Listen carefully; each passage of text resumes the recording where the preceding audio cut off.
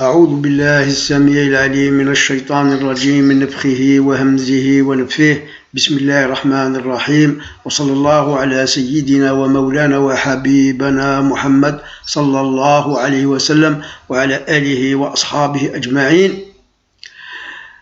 رب اشرح لي صدري ويسر لي أمري واحلل عقدة من لساني رب اخرجني من ظلمات الوهم والجهل والخيالات إلى نور المعرفة ونور العلم ونور علم لدنك يا رب العالمين آمين. Je reprends un sujet que nous avons traité par écrit. Il s'agit de Al-Khadimin ou les serviteurs des versets du Coran ou de Asma Allah al-Husna.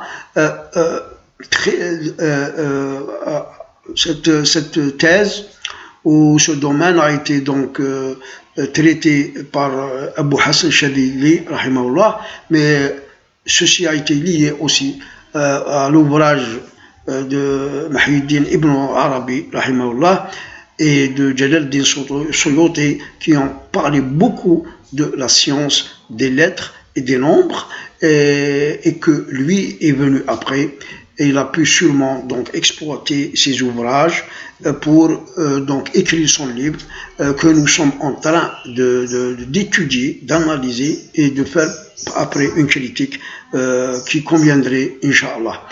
La question, justement, est-ce que le Coran, tout le Coran, chaque verset, chaque lettre, est, je dirais, soutenu ou servi, ou quand il est lu, il ferait donc manifester des anges, une présence d'anges, ou une force donc que nous ne connaissons pas, ou des serviteurs saints, ou bien une énergie, quelle qu'elle soit. Ça, c'est la première question, parce que le livre de Abu Hassan Shadili, il s'est basé sur le fait que quand on fait par exemple des prières, avec certains versets particulièrement, avec aussi un nombre qui a été donc déduit de la science des lettres et des nombres, ilm al-huruf, et en liaison avec les nombres, pour avoir déterminé par exemple un nombre qu'il faut donc invoquer de telle ou telle invocation. Et là, justement, lui, dans ses prières, dans ce livre, il fait appel aux khadimin, aux serviteurs de ces versets, ou bien aux serviteurs de certains noms sublimes d'Allah qu'il invoque, Asma Allah al-Husna. D'abord, moi, je tiens à dire que avant d'aller directement dans la critique ou dans ce qu'il faut souligner comme incompatible ou contradictoire à la charia islamique, il faut citer tout d'abord qu'il se pourrait que dans la logique et dans les recherches puisées sur des hadiths du prophète ou de pratiques du prophète, il se pourrait que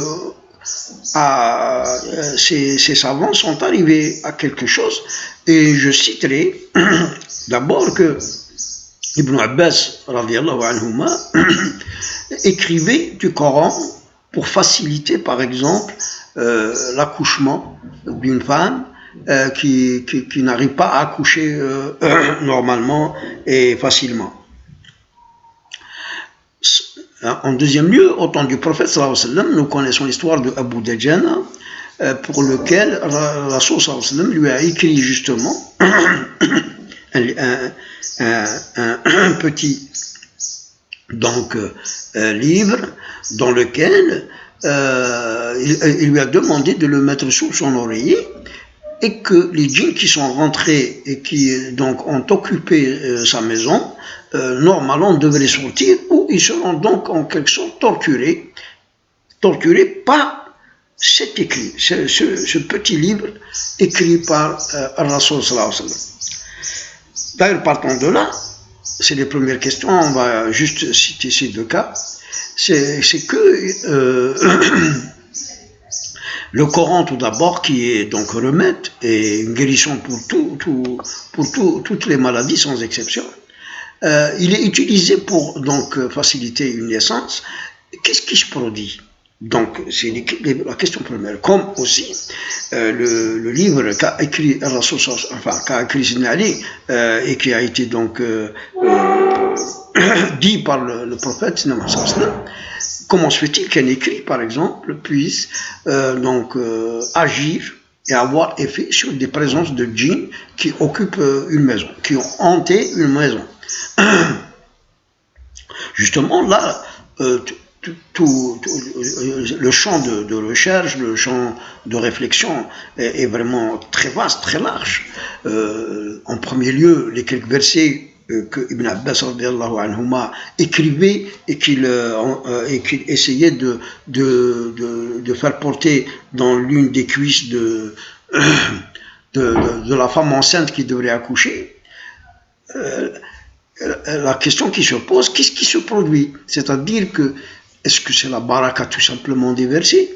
Ou est-ce que ces versets qui sont écrits vont réellement attirer quelque chose, une énergie des anges, ou des djinns, ou des saints, ou des esprits saints que nous ne connaissons pas? Par exemple, c'est d'un côté, mais de toute façon, c'est qu'en réalité, ces écrits facilitaient réellement l'accouchement.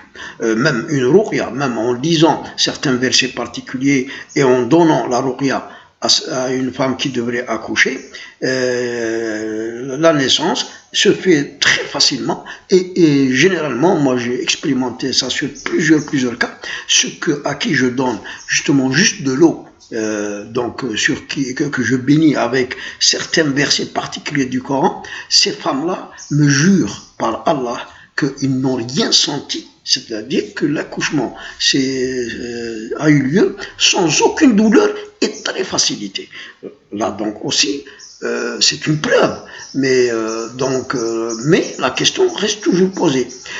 En ce qui concerne le livre qu'a écrit Sidna Ali, mais c'est le prophète qui l'a donc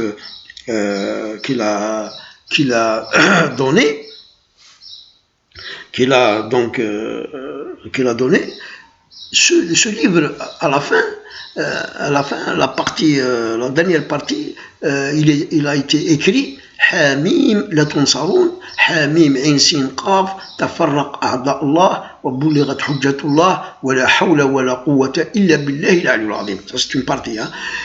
Et imaginez que Hamim, donc il y a un secret, c'est الحروف المقطعة هذه النورية نورانية من القرآن.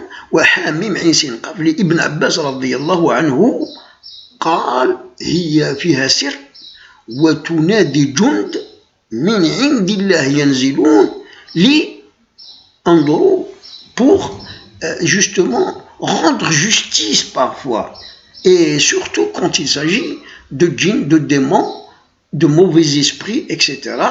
Et parfois même contre même un agresseur, contre un criminel, contre quelqu'un de mauvais, etc. Ce verset Hamim Ain Sin Qaf peut justement attirer des junud et junud Allah que nous connaissons pas réellement.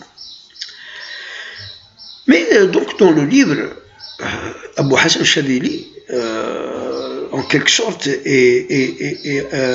propose avec certitude donc des formules d'invocation, des tableaux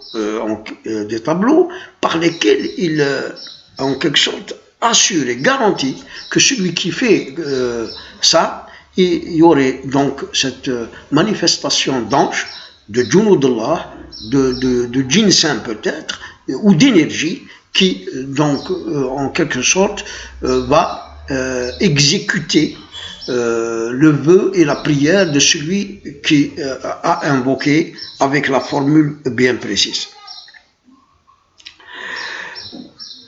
Le grand problème par rapport à la charia islamique, c'est que personne ne peut imposer quoi que ce soit à Dieu Azza wa Jal, d'un côté. Même si vous récitez 1 million de fois, hein, je ne sais pas quelle prière, si Dieu ne le veut pas, vous ne pouvez rien obtenir. D'un autre côté, parce que là, il faut parler de la volonté de Dieu et du vouloir de Dieu. Mashi'atullah azza wa jal. Iradatullah wa mashi'atullah. Parce que là, c'est comme si qu'on a en quelque sorte une formule pour donc en quelque sorte ne pas tenir compte du vouloir et de la volonté de Dieu azza wa jal. Parce que vous pouvez, comme on l'a dit, des fois, parce que le secret du non-exaucement de la prière, il est multiple. Il y a beaucoup d'éléments, beaucoup de choses qui peuvent interférer ou voiler l'exaucement de la prière. Et le fait qu'il assure en quelque sorte, là, c'est une question qui est contraire donc à la charia islamique et aussi aux règles, aux conditions, etc., que devrait réunir quelqu'un qui prie Dieu pour son besoin ou pour qu'il le délivre d'une situation difficile ou d'agresseur ou de voleur, etc., etc. L'autre chose, donc l'autre point, c'est le fait que Abu Hassan Chadili insiste que les versets Asma Allah al-Husna ont tous des khadimin, des serviteurs des anges qui donc en quelque sorte servent ces versets ou servent et descendent avec Asma Allah al-Husna particulièrement quand ils sont récités avec un nombre déterminé. Là aussi sincèrement, si même, quand bien même plutôt, il y a des anges ou des esprits saints ou des énergies particulières qui serviraient des versets ou serviraient Asma Allah al-Husna, ces énergies, ces esprits, ces anges, éventuellement ces junoud, serviraient Asma Allah al-Husna, ne serviront jamais le wali ou le croyant ou celui qui prie, si jamais ils existent. Et dans ce cas-là, on ne pourrait pas les asservir ou les mettre sous notre ordre et notre commandement, mais ils resteront toujours donc liés peut-être au verset du Coran, mais pas soumis à la volonté ou à l'ordre de celui qui prie pour essayer d'avoir et de faire descendre ces énergies, ces anges, ces junoudullah ou ces djinns saints, ces esprits saints, etc. Sincèrement, à ce stade, je n'ai pas encore terminé, mais à ce stade,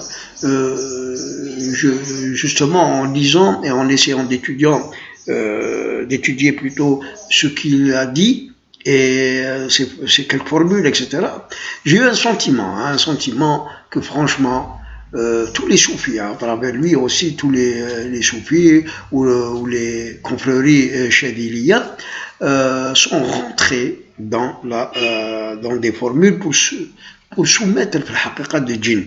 Et donc des rouhaniyat et des djinns, non pas des anges, non pas des esprits saints, non pas peut-être des salihin que Dieu éventuellement peut soumettre à ses serviteurs saints parmi les hommes, à ses gens pieux, à ses alliés, awliya Allah, etc.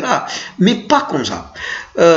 Donc la première critique que nous portons à ce stade de l'étude et de l'analyse de ce livre, c'est que il y a vraiment tellement de choses qui sont dites sans aucune donc base solide du Coran ou de la Sunna, sans hadith authentique qui pourrait le préciser, et même si, comme je l'ai dit au début, ces sciences se sont donc développées à partir de ce que nous avons cité, par exemple écrire du Coran et se guérir avec, ou écrire du Coran et puis avec sa baraka, il y a donc la sortie des djinns qui ont hanté et habité une maison, etc.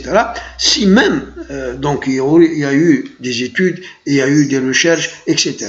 Ce n'est pas dans ce sens-là, dans le bon sens, c'était une déviation vers les djinns et vers donc une sorte de magie qui réellement est interdite par la charia islamique. ça c'est une première donc, que je fais aujourd'hui. J'y reviendrai quand je terminerai tout le livre et quand je prendrai toutes les notes nécessaires. Pour, attention, c'est très intéressant du fait que si on arrive à prouver que ce livre est complètement à côté, c'est tout le soufisme, c'est toutes les tariqat shadiliya qui seront en quelque sorte dénoncées, dénigrées et donc classées parmi donc, les sectes égarées. Et d'ailleurs, le soufisme, on l'a déjà critiqué, hein, en supposé que Abu Hassan Chadili était donc un véritable allié de Dieu, un véritable sunnite, un véritable croyant, etc. Mais nous verrons, Inch'Allah, après. Wassalamu alaikum wa rahmatullahi wa barakatuh.